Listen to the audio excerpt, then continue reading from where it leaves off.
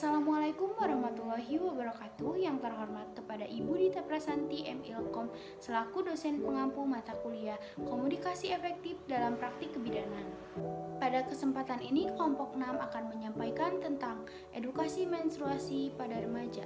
Sebelumnya izin memperkenalkan diri, nama saya Widya Ivana Tanjung dengan NPM 31412003 dan juga ada rekan-rekan saya yaitu Perkenalkan, nama saya SD Faraini Puspawibowo dengan NPM 3141210006. Nama saya Intan Afisya dengan NPM 3141211011. Perkenalkan, nama saya Marfa Piari Pira dengan NPM 31412127. Perkenalkan, nama saya Destia Faradila Rahmadani dengan NPM 31412100.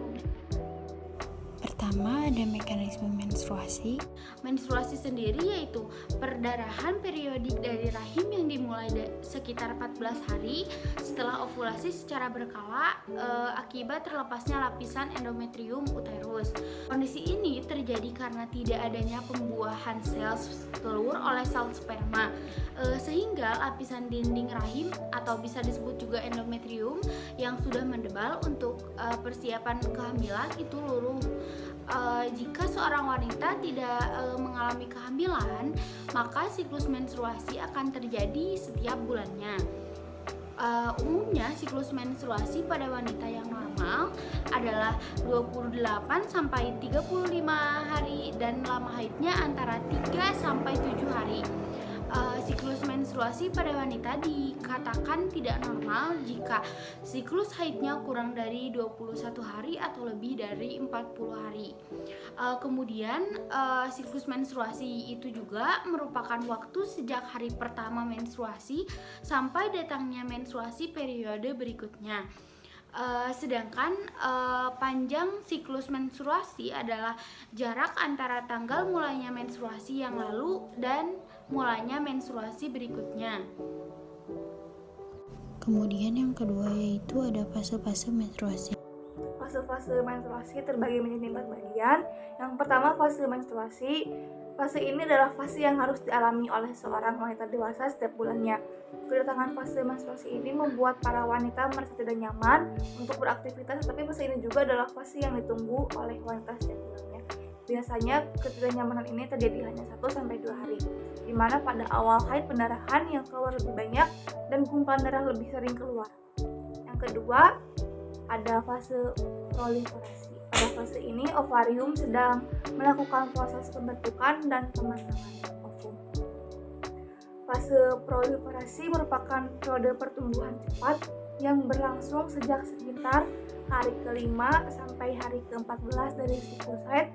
Permukaan endometrium secara lengkap kembali normal sekitar 4 hari atau menjelang perdarahan berhenti.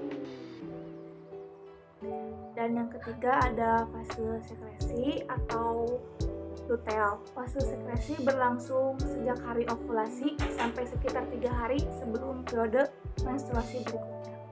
Pada akhir fase sekresi, endometrium sekretoris yang matang dengan sempurna mencapai ketebalan seperti beludu yang tebal dan halus.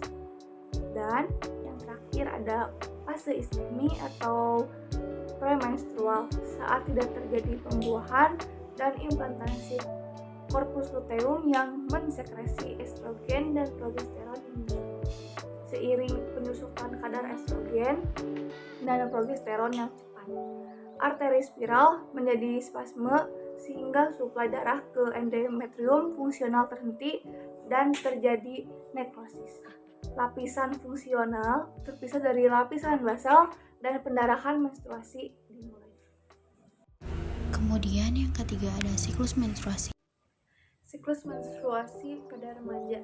Siklus menstruasi tidak hanya dipengaruhi oleh faktor biologis saja seperti gaya hidup, gangguan hormonal, aktivitas fisik, bisa juga dipengaruhi oleh faktor sosial dan lingkungan, hubungan dengan rekan kerja, keluarga, teman, sekolah, serta faktor psikologis termasuk stres, depresi, kecemasan.